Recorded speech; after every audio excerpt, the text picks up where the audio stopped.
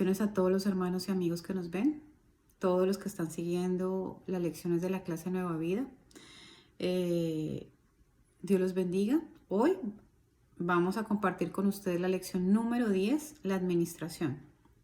El versículo a memorizar es Mateo 6:33, que dice: buscad primeramente el reino de Dios y su justicia, y todas las cosas os serán añadidas. En la introducción tenemos estas palabras. Un administrador es aquel que maneja los negocios de otro, ¿verdad?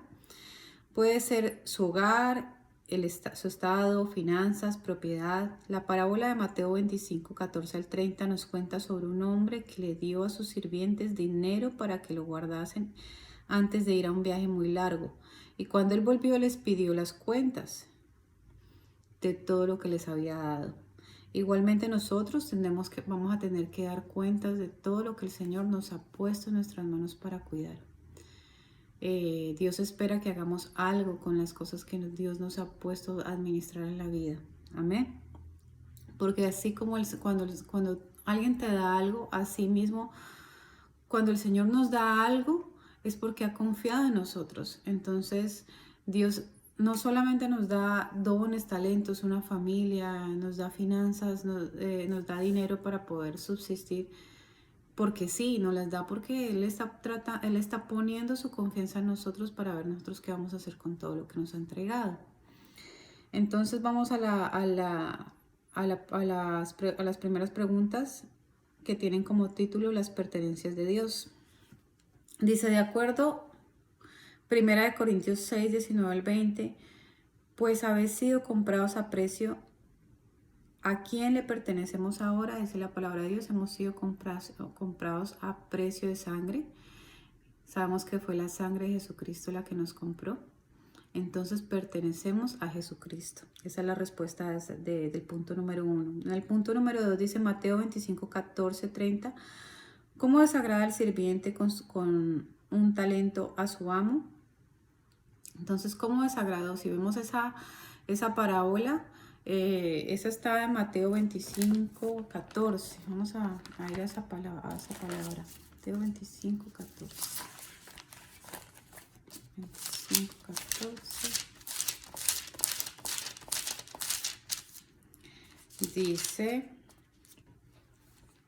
Dice parábola de los talentos, porque el reino de los cielos es como un hombre que yéndose bien lejos llamó a sus siervos y les entregó sus bienes.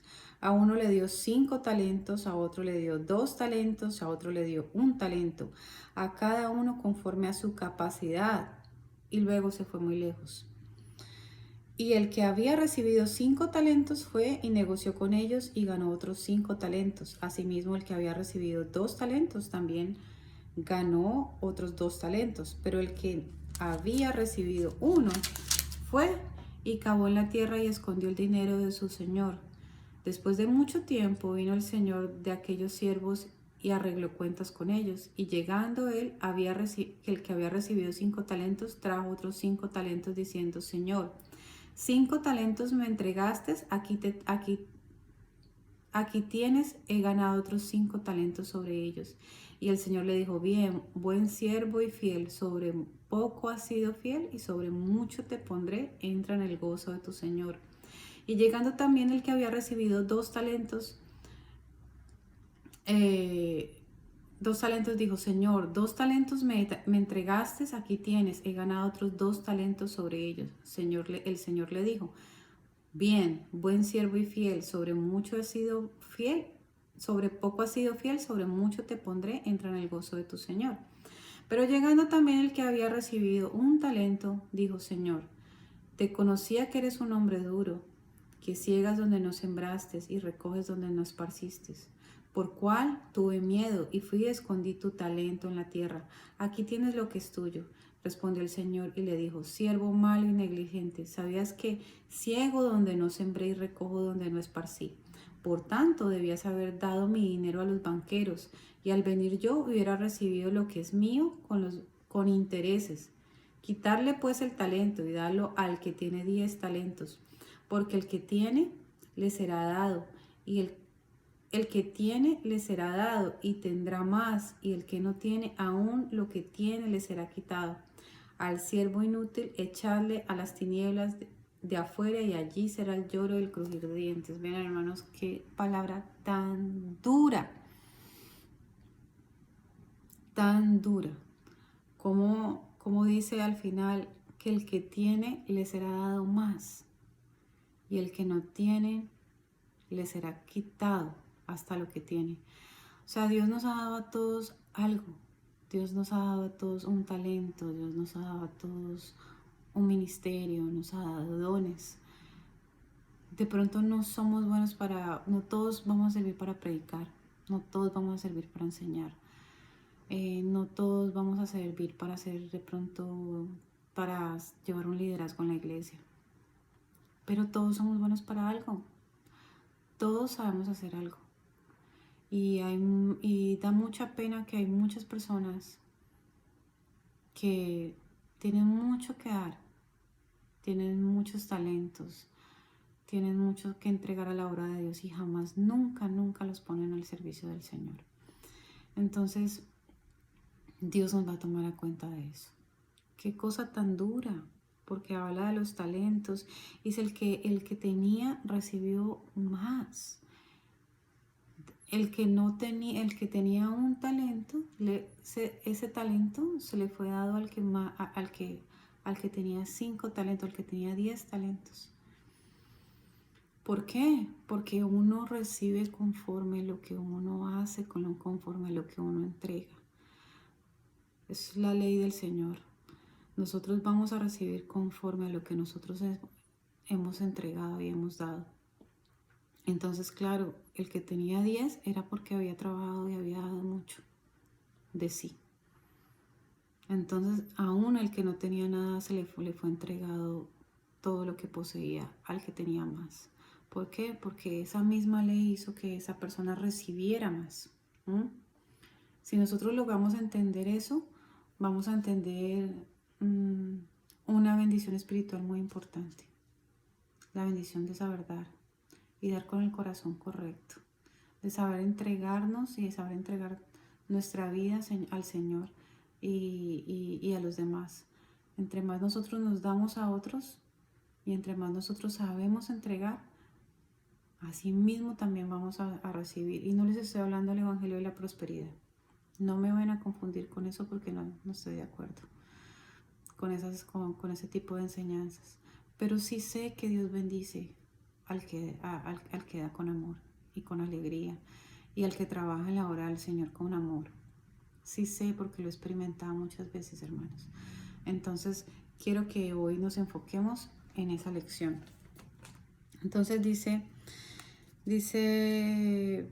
en el segundo punto, ¿cómo desagrada el sirviente con un talento a su amo porque lo enterró y no lo trabajó y tampoco lo multiplicó? Entonces a Dios le desagradó que tuviera que dar, pero no hubiera hecho absolutamente nada. Vean, mis hermanos, yo he conocido gente que sabe cocinar, que pronto no es buena para predicar ni para esas cosas, pero tiene otros talentos. Y hay veces que uno ha visto que la iglesia tiene necesidades y que la iglesia de pronto dice, ¿quién sabe hacer una comida o quién nos puede colaborar con algo para recoger fondos, para construcción, para Protemplo, para tantas cosas? Y he visto gente que tiene muchísimas formas de hacerlo y no hace absolutamente nada, no da nada, no produce absolutamente nada, jamás, nunca ha puesto sus talentos al servicio del Señor, nunca. Y esa gente yo la he visto y tampoco han sido personas que han sido muy bendecidas en nada en su vida, ni siquiera en su vida espiritual. Las he visto que cuando son esas personas de ese tipo, ni siquiera su vida espiritual se prospera. Dice, como buenos administradores, ¿qué deberíamos hacer con nuestros dones? Según Pedro 4:10 dice, ministrarlos a otros. Nosotros estamos con todo lo que Dios nos ha dado, es para darnos a otros, para ayudar al crecimiento de la obra del Señor, para ayudar a la iglesia, para ayudar al necesitado, para ayudar nuestra familia, para ayudar a nuestros hijos. Esos dones Dios espera que nosotros lo entreguemos para el servicio de los demás. ¿Pedirá Dios cuenta de nuestras obras? Según Romanos 14, 12 al 13, dice, sí pedirá. Sí nos pedirá Dios cuentas de lo que hemos hecho. Vamos a la parte de administración en posesiones. Dice, lea Juan 6, del 1 al 14. ¿Cuánto tenía para comer el joven? Entonces, en esa historia podemos ver la historia del joven que tenía 5 panes y 2 peces. Para resumirles un poquito la historia, y yo quiero que usted vaya a esa historia y la lea si no la ha leído. Es una historia preciosa. Es una historia preciosa que tiene una verdad bíblica muy poderosa. El Señor Jesucristo lleva ya varios días, sí, lleva varios días con una multitud de gente detrás de él, y él está predicando la palabra de Dios, y la gente está con él, y ya la gente ya no tenían comida, la gente estaba cansada y estaba hambrienta. Y pues llegan los apóstoles, Señor, ¿qué hacemos con toda esta gente? Eran como 4,000 personas, si no estoy mal. Recuerden una cosa, o les informo una cosa. En la Biblia cuando da números exactos de personas, no está dando el número completo de las personas, porque en ese tiempo no se contaban sino solamente las cabezas de los hogares, o sea, los varones. Los varones eran los únicos que eran contados. Las mujeres y los niños no se contaban. Entonces, si decía que habían como 4,000, era porque habían contado 4,000 cabezas de hogar o 4,000 varones, pero no habían, cada varón, el que tuviera una esposa, imagínense, el doble, y los niños siempre son el triple o mucho más. Entonces, ¿cuántos podrían haber realmente? Podría haber unos 7,000, pensando que los niños a veces son de a 3, de a 4 hijos o de a 5 hijos en un tiempo donde no habían anticonceptivos. Entonces, imagínense la cantidad de niños que habían que no se contaban, y las mujeres. Entonces, tienen hambre, el Señor le dice, bueno, denles de comer. Y dice, no, Señor, pero ¿dónde vamos a sacar? Solamente hay un solo joven que tiene 5 panes y 2 peces. O sea, había una sola persona que tenía algo para dar. Y ese milagro, el milagro de esa multiplicación empieza con ese muchacho. No empieza con la bendición, empieza con ese joven. Y les voy a decir por qué. Porque ese chico llega y pone a los pies de Jesucristo todo lo que poseía. Le entregó todo. Él tenía esos 5 panes y 2 peces. Él también llevaba varios días ahí. Él también tenía hambre y también estaba cansado. Pero mira, dijo, toman. Esto es lo que yo tengo para dar. Esto traje para comer y esto es lo que tengo. Tomen todo. Si con esto puedo ayudar en algo, tengan todo. Ahí empieza el verdadero milagro en el corazón de ese muchacho. Porque ese muchacho soltó todo. Él pudo haber dicho, yo no tengo nada. Y se hubiera ido a algún lado escondido, se come su comida y listo, yo quedé bien y puedo seguir, yo voy a seguir al maestro una semana más. Y no, perfectamente pudo no haber entregado absolutamente nada. Pero el chico tuvo la nobleza de absolutamente darlo todo. Y llega, y ese poquito que el muchacho entregó llega a las manos de Jesucristo.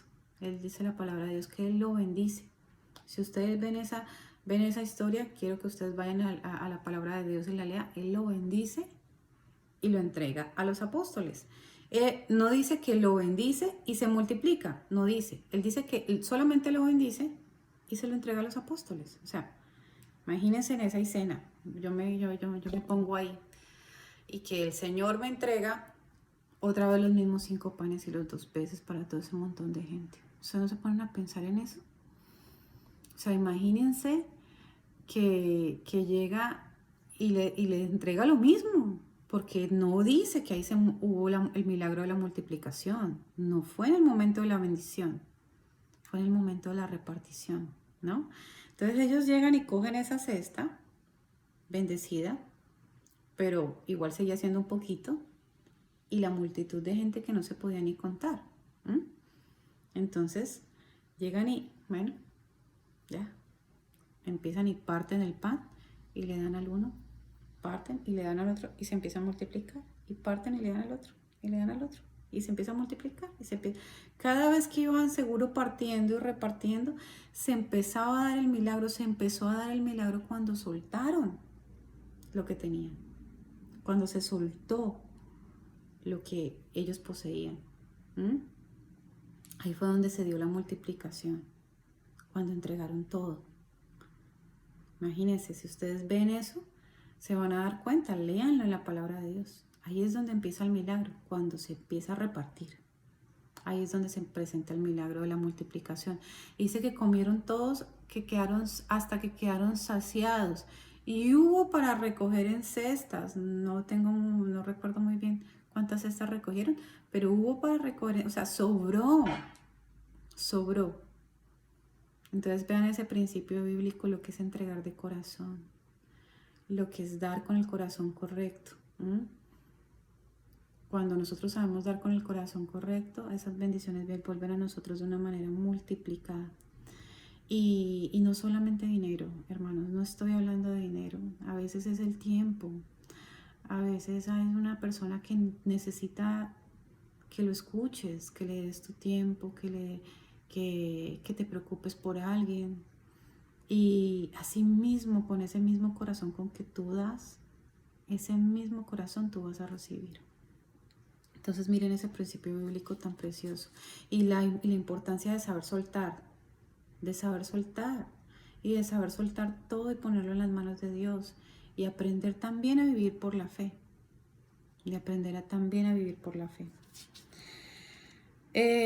Dice, pedir a Dios cuentas de nuestras obras, según Romanos 14, 12 al 13. Dice, sí, Dios pedirá cuentas de nuestras obras. Administración en posesiones. Entonces dice, lea Juan 6, del 1 al 14. ¿Cuánto tenía que...? Bueno, ese ya lo vimos, perdón, hermanos. Después de que Jesús bendijo, ¿qué pasó? Dice, lo repartió y se multiplicó. Esta es la respuesta al punto número 2, que yo ya les acabo de explicar. En Marcos 9, 41, Jesús habla de un vaso de agua. ¿Qué dice del valor de Dios que pone en las cosas pequeñas? Dice que no perderán su recompensa, no perderán recompensa hasta las cosas, hasta las cosas más pequeñas que usted pueda dar, porque a veces nosotros la situación no nos da para dar mucho, pero la palabra de Dios habla hasta de un vaso de agua, hasta de un vaso de agua que usted le dé a uno de los santos de Dios, hasta hasta algo tan sencillo como eso. Para Dios dice que no perderá su recompensa. Entonces vean eso tan maravilloso. En Proverbios 24 al 30 leemos que el hombre perezoso que no cuida de su propiedad, ¿qué experimentará? Según el verso 34 dice que experimentará pobreza. Lo que hablábamos de la parábola que tenía un solo talento. ¿Qué hizo? Exactamente lo mismo. Enterró su talento. En vez de trabajarlo, lo enterró y experimentó la pobreza, el lloro y el crujir de dientes, que es lo peor. O sea, según eso, no iba a entrar al reino de los cielos.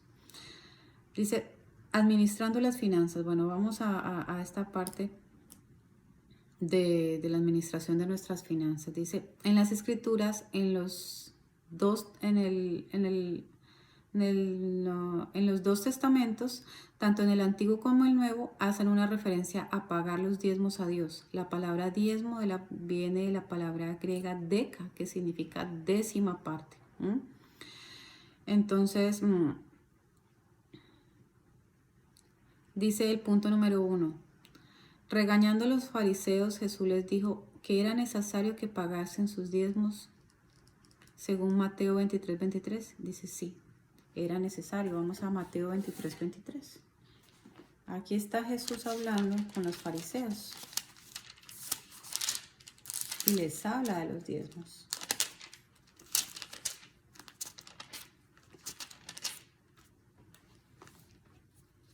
Dice, ay de vosotros escribas y fariseos hipócritas, porque diezmáis la menta y el eneldo y el comino, y dejáis lo más importante de la ley, la justicia, la misericordia y la fe.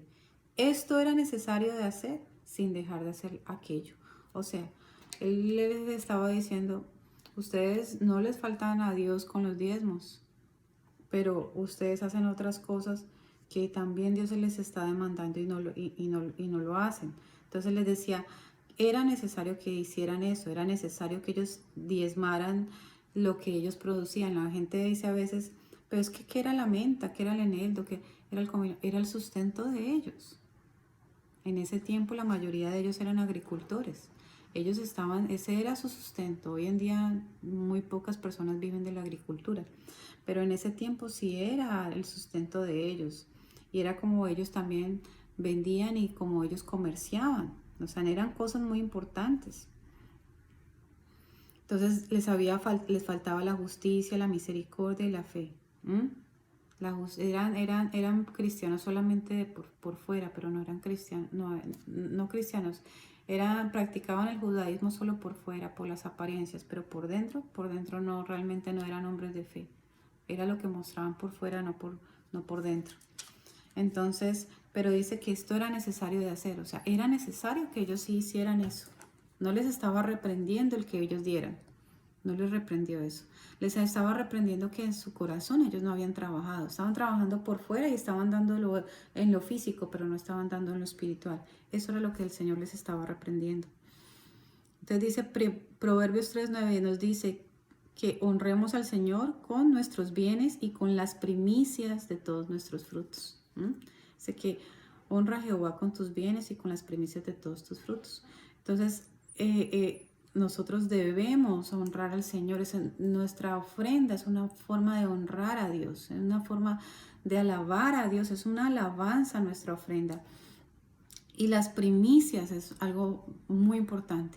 Y les voy a explicar por qué Dios siempre ha querido lo primero para Él. Entonces, Éxodo 13:22. Vamos a ir a Éxodo 13:22 primero. Vamos a ver algunas escrituras. Éxodo 13:22.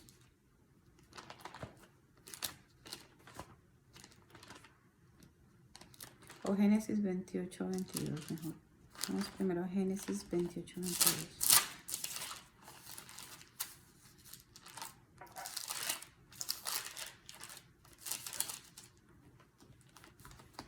Dice, Jacob ese capítulo se llama Dios le aparece a Jacob en Betel. Jacob llega a Betel, tiene un sueño donde ve una escalera donde ángeles subían y bajaban y se da cuenta que la gloria de Dios y la presencia de Dios está con él. Y en esa piedra donde él se quedó dormido, él la santifica, dice, y la pone por señal, y dice, y esta piedra que he puesto por señal será casa de Dios, y todo lo que me dieres, el diezmo apartaré para ti. Si ustedes se dan cuenta, en ese tiempo no estaba la palabra de Dios escrita. Esta palabra que nosotros conocemos como la Santa Biblia no estaba escrita. Entonces, ¿cómo pudo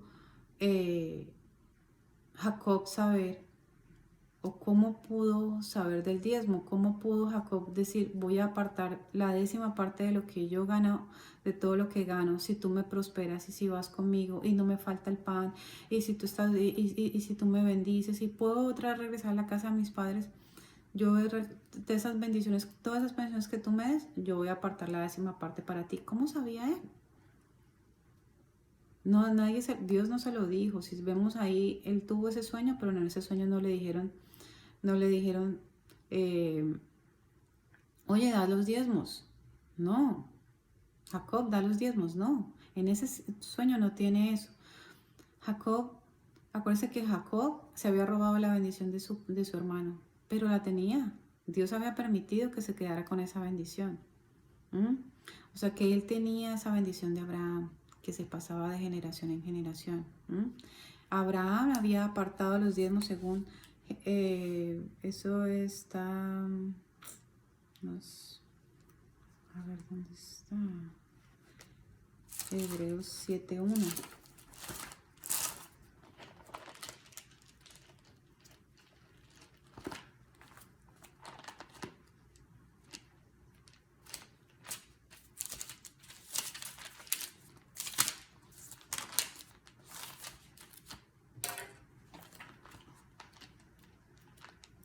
Perdónenme que me demore. Hebreos 7:1 dice, Porque este Melquisedec, rey de Salem, sacerdote de Dios Altísimo, que salió a recibir a Abraham, que volvía de la derrota de los reyes, y lo bendijo, a quien asimismo dio a Abraham los diezmos de todo, cuyo nombre significa primeramente rey de justicia y también rey de Salem, que esto es rey de paz. O sea,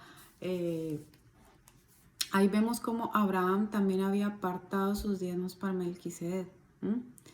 Abraham nadie le dijo que los diera. Si nosotros leemos en Génesis, Abraham en ningún momento Melquisedec le pide los diezmos. Abraham se los da de una manera voluntaria.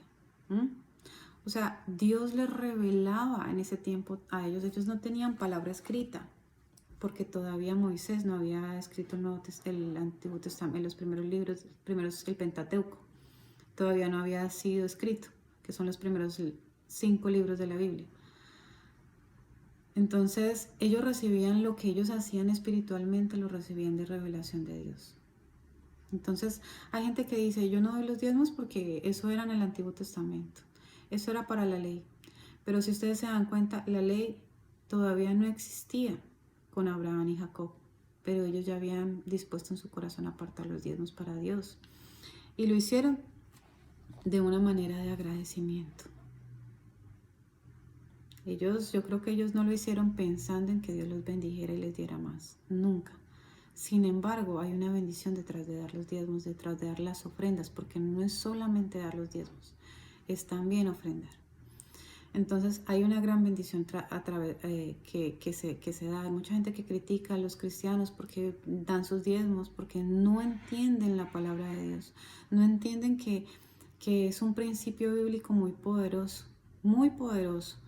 Y que Dios no solo promete bendecirnos económicamente, de que no nos falte nada. Hay gente que mide las bendiciones de Dios por el dinero que tiene en la cuenta del banco. Y uno no puede medir las bendiciones de Dios por el dinero que uno tenga en el banco.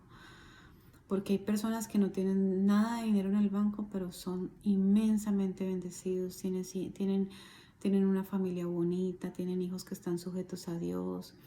No les hace falta el pan. Puede estar pasando el país una situación muy difícil, o pueden estar pasando no pueden ser ricos para nada, de pronto estarán pagando una renta, un arriendo, pero son personas que lo tienen todo, son felices, tienen la paz de Dios, no tienen problemas con sus hijos, tienen hijos sirviéndole al Señor, no han caído en el pecado, Dios les ha provisto para todo, de pronto no tienen por montones, pero no les hace falta absolutamente nada. Entonces, uno no debe medir la bendición de Dios por cuánto tengo yo en el banco. Aunque hay gente que hay doctrinas que hablan de que si tú das al Señor del 50%, el Señor te va a devolver el 50%, pero si tú das el 80%, el Señor te va a devolver el 80%. Ese evangelio de la prosperidad no es así. O sea, realmente la bendición de Dios no se mide por cuánto tengas en la cuenta del banco. Sin embargo, Dios también es poderoso para aumentar nuestra cuenta de banco si Él lo quiere hacer. Porque si miramos los dones, porque hay diversidad de dones y hay diversidad de ministerios, pero entre los dones están los que dan. Son personas que Dios ha preparado previamente económicamente para dar a la obra del Señor, y los prepara y los bendice económicamente muchísimo, porque sabe que en su corazón no está el apego al dinero, y por eso los bendice y por eso los prospera de tal manera que ellos puedan sostener la obra de Dios. Entonces, para que veamos estos principios bíblicos tan hermosos y poderosos. Entonces dice, íbamos en que según Proverbios 3:9 nos dice que honremos al Señor con los bienes y con las primicias. Las primicias, para Dios es muy importante las primicias. Entonces, quiero que vayamos a Josué 6 al 19. De 6 al 19, y voy a recordarles una historia, a resumirla.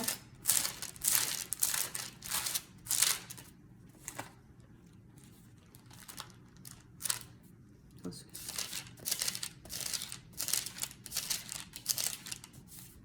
6 al 19. Bueno, lo que quiero recordarles aquí es que Josué, bueno, ustedes saben que muere Moisés, ¿verdad? Pero como Moisés no puede entrar a la tierra prometida, el Señor le entrega ese liderazgo de Moisés a Josué, ¿verdad? Y Josué es el que realmente lleva al pueblo de Israel a la tierra prometida. La primera ciudad que se toman es la ciudad de Jericó. Ellos no fue que ellos llegaron a la tierra prometida y ya entraron, vean, a la tierra prometida, vengan, construyan, cojan todo lo que tengan ahí. No, ellos les tocó entrar ciudad por ciudad a la tierra prometida. Dios les dice, miren, todo este territorio que tengo para darles esto es de ustedes. Esto fue lo que yo le prometí a Abraham. Esto es de ustedes. Esta es mi herencia para ustedes. Pero vayan por ella. O sea, Dios no se las entregó así como quien dice, vea, te la regalo. No, no. Dijo, vayan por ella. Y la primera ciudad que ellos se tienen que tomar es la ciudad de Jericó. Y muchos ya conocen esa historia, cómo entran los espías a la casa de la ramera que se llamaba Rahab. Y cómo ella los esconde, porque ella conoce que ya Dios había puesto temor de Dios en todo el pueblo y ella reconoce que Dios estaba con el pueblo de Israel y ella, en vez de ella serle fiel a su pueblo, se vio qué mujer tan inteligente y tan sabia, porque ella ve dónde está la bendición de Dios, hacia allá se va, porque ella sabe que ellos están con la bendición de Dios. Y aunque ella era de otro pueblo, ella decide que ella se va con el pueblo de la bendición de Dios. Y decide esconder los espías y decide sacarlos. Y la bendición de ella tan grande, saber que su casa estaba en el muro. Ellos dan las 7 vueltas al muro. Si ustedes leen esa historia tan preciosa, como ellos dan esas 7 vueltas, el séptimo día que ellos gritan y hacen sonar las trompetas, el muro se cae, pero no se cae la casa de Rahab la ramera. Es la única casa que no se cae. Pero lo que yo quiero llegar es a lo siguiente, cómo de todos los lugares que ellos tuvieron que conquistar, porque fueron pueblo tras pueblo, ellos conquistaban un pueblo y se iban tras el otro pueblo, y conquistaban un pueblo y se iban, el Señor los iba guiando, ahora van a tomar este lugar, ahora toman este, así hasta que lograron tomar todo el territorio que Dios tenía para ellos. Pero el primer lugar era Jericó. ¿Y qué les dice Dios de Jericó? En Josué 6:19 dice, mas toda la plata y el oro y los utensilios de bronce y de hierro sean consagrados a Jehová y entren en el tesoro de Jehová. Bien, lo que el Señor les dice en pocas palabras es que la primera ciudad que ustedes tomen, el botín es mío. Y el resto va a ser para ustedes. Porque si nos damos cuenta, cuando ellos empiezan a tomar otras ciudades, el botín ya no es para Dios. O sea, ya el Señor no les reclama el primer botín. Él les reclama el botín de la primera ciudad. Porque Dios, vean otro principio bíblico, Dios quiere el primer lugar en la vida de nosotros. Dios quiere el primer lugar en nuestro tiempo. Dios quiere el primer lugar en nuestras finanzas. Dios quiere el primer lugar en todo en nuestra vida. Dios quiere el primer lugar. Entonces, Él con esto les enseña que lo primero es de Él. Y hay muchos versículos en la palabra de Dios que nos habla de que lo primero era de Dios. Dice que todo primogénito que abriere matriz, todo así de hombre como de bestia, como el primogénito es mío. Así dice la palabra de Dios. El primogénito es mío. Lo primero siempre era de Él, hasta los primogénitos hijos de nosotros. Por eso es que cuando Moisés envía las plagas, la última plaga, que es la parte de la plaga de la muerte, no se lleva a cualquiera de los israelitas, no se llevó a cualquier hijo israelita, se llevó el primogénito de los israelitas. Si ustedes se dan cuenta, Dios fue y tomó lo que le pertenecía. O sea, Dios no fue y se llevó los primogénitos porque sí. Dios se llevó los primogénitos porque los primogénitos le pertenecían a Dios. Entonces Él va y cuando llega la plaga de la muerte, la plaga de la muerte lo que se lleva es lo que le pertenecía a Dios, que era lo primero. O sea, por eso nosotros en nuestras finanzas también debemos de ser así con el Señor. Nosotros debemos de... y por lo menos esa es la manera como nosotros lo practicamos. Es que apenas tú recibes o tienes la oportunidad de diezmar y de ofrendar, lo primero que tú debes de hacer antes de pagar la luz, antes de hacer cuentas de todas las cosas que tú necesitas, lo primero siempre debe ser para Dios. Lo primero siempre conságraselo al Señor. ¿Para qué? Para que el Señor te bendiga. Esa es la razón por la cual nosotros le entregamos lo primero a Dios. ¿Por qué? Porque es un acto de adoración y también es un acto de fe, donde yo le estoy diciendo, mira, Señor, tengo esto, igual que el niño de los panes y los peces. No sé cómo voy a hacer, pero lo primero va a ser para ti, Señor. El resto te vas a encargar tú de mis necesidades, Señor, porque vivimos por la fe. Y el Señor se encarga. Cuando nosotros vamos al Señor con ese corazón, el Señor se encarga. Y el Señor a veces nos da más de lo que nosotros podemos siquiera pensar. Hay personas hay gente que vive con sueldos mínimos y tienen muchos hijos, pero son muy fieles a Dios. Y uno dice, Dios mío, ¿cómo hacen con un sueldo mínimo con 4 o 5 hijos? Y todos de buen comer. Y todos están bien. Están gorditos, están felices, están contentos. Y uno dice, Dios mío, ¿cómo hace esa cabeza de familia que a veces es solamente el padre produciendo para toda la casa para mantener tanta gente? Y uno dice, Dios mío, ¿cómo? La bendición de Dios. La bendición. Y lo he visto en muchas personas que son tan fieles a Dios y tienen varios hijos, pero el Señor aún así nunca les ha dejado faltar el pan a ellos y a sus hijos. Entonces, ese es otro principio bíblico que yo quiero que ustedes les quede en el corazón, es que siempre pongan de primero a Dios. Y no solamente lo pongan en las finanzas. El día, cuando lo empiece, piensen en Dios antes de pensar en que se tiene que levantar para irse a trabajar. Piensa en el Señor, dedíquele un tiempo al Señor antes de irse para su trabajo, o inclusive si antes de que se levante de la cama, siéntese o arrodíllese y entréguele su día al Señor. Haga que el Señor sea lo primero en lo que usted piensa en el día.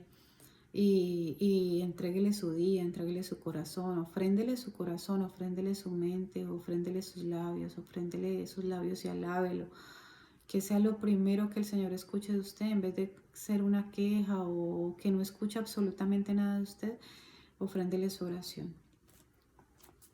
Y póngalo de primero en todo lo que usted emprenda, en todo lo que usted haga.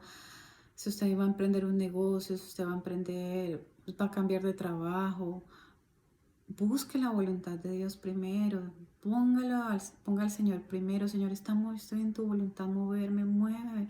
Señor, si esto está en tu propósito, permite. Si no está en tu propósito, no. O sea, deje que Dios vaya delante de usted. Amén.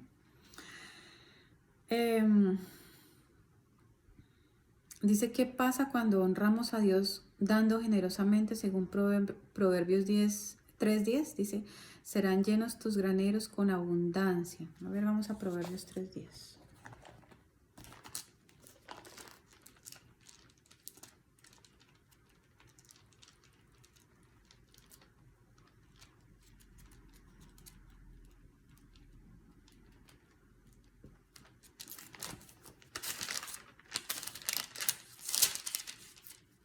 A ver, dice, honra a Jehová con tus bienes y con las primicias, vean, primicias de todos tus frutos, y serán llenos tus graneros con abundancia, y tus lagares rebosarán de mosto. Honra a Jehová con tus bienes y con las primicias de todos tus frutos. Entonces dice que recibiremos bendición, amén, según Proverbios 3:10, según Malaquías 3:8 al 11. Vamos a leerlo.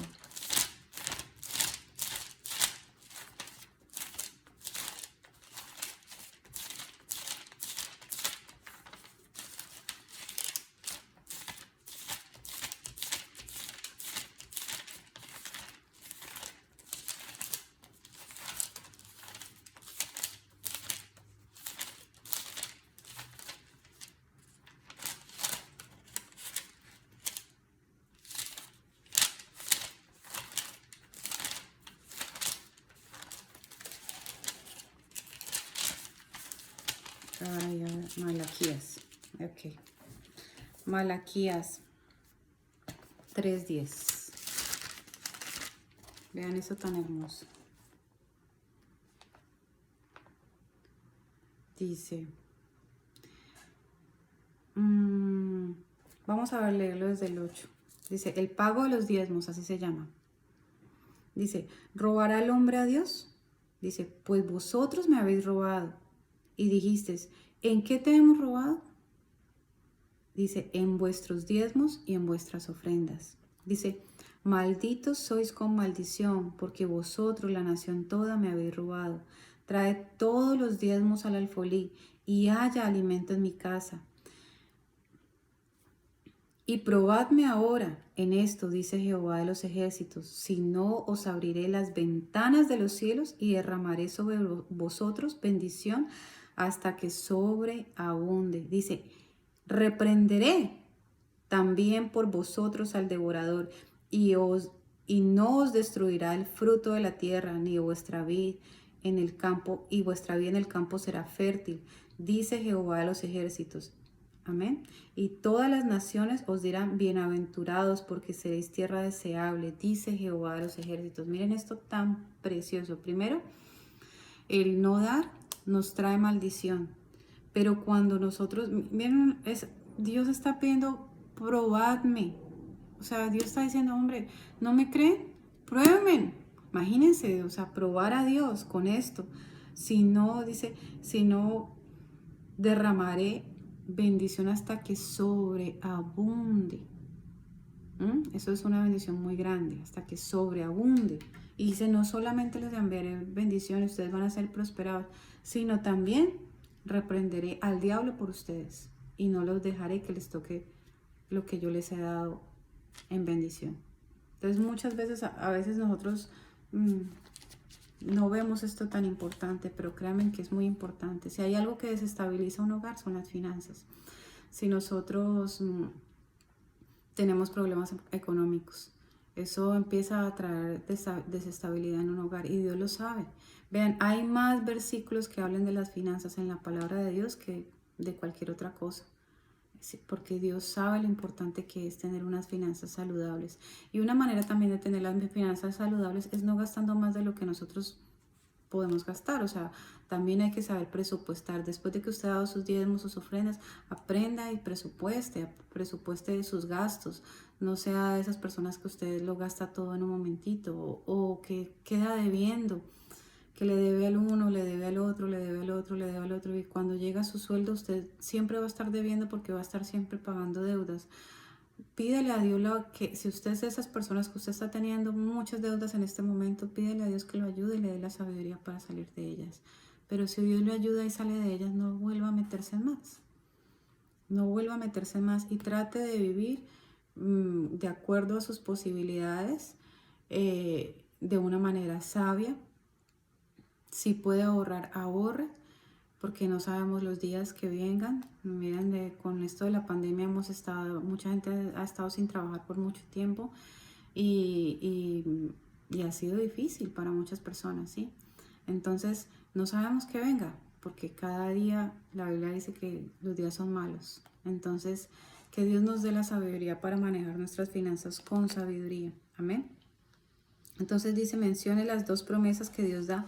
Si somos fieles y pagamos nuestros diezmos, dice, abrirá las ventanas de los cielos y derramará bendición hasta que sobreabunde y se reprenderá al devorador. Esas son las dos bendiciones. ¿A quién le pertenece el diezmo? Dice, a Jehová. Pero antes decía, ¿dónde se supone que debemos traer los diezmos? Al alfolí. El alfolí era el lugar donde ellos dedicaban sus diezmos, donde ellos dedicaban donde ellos llevaban sus ofrendas al Señor. Era un lugar dedicado solamente para las diezmos y las ofrendas. Entonces, en ese caso, nosotros llevamos nuestros diezmos a la iglesia porque ese es el lugar, ese es nuestro alfolí, el lugar donde dedicamos nuestros diezmos y nuestras ofrendas. Dice, ¿qué clase de persona que da ama a Dios? Entonces dice, segunda de Corintios 9 al 7, dice, el dador alegre. Dice que Dios ama al dador alegre. Dios ama cuando las personas sabemos dar con amor. Si damos con generosidad a Dios, dice, según Lucas 6:8, dice, se os dará. Dios dice que la misma medida que damos nos será dado a nosotros. De la misma manera que nosotros damos, esa misma manera vamos a recibir. Dice, ministrando para el futuro. Jesús dijo que hay algo más valioso que el mundo mismo. ¿Qué es esto?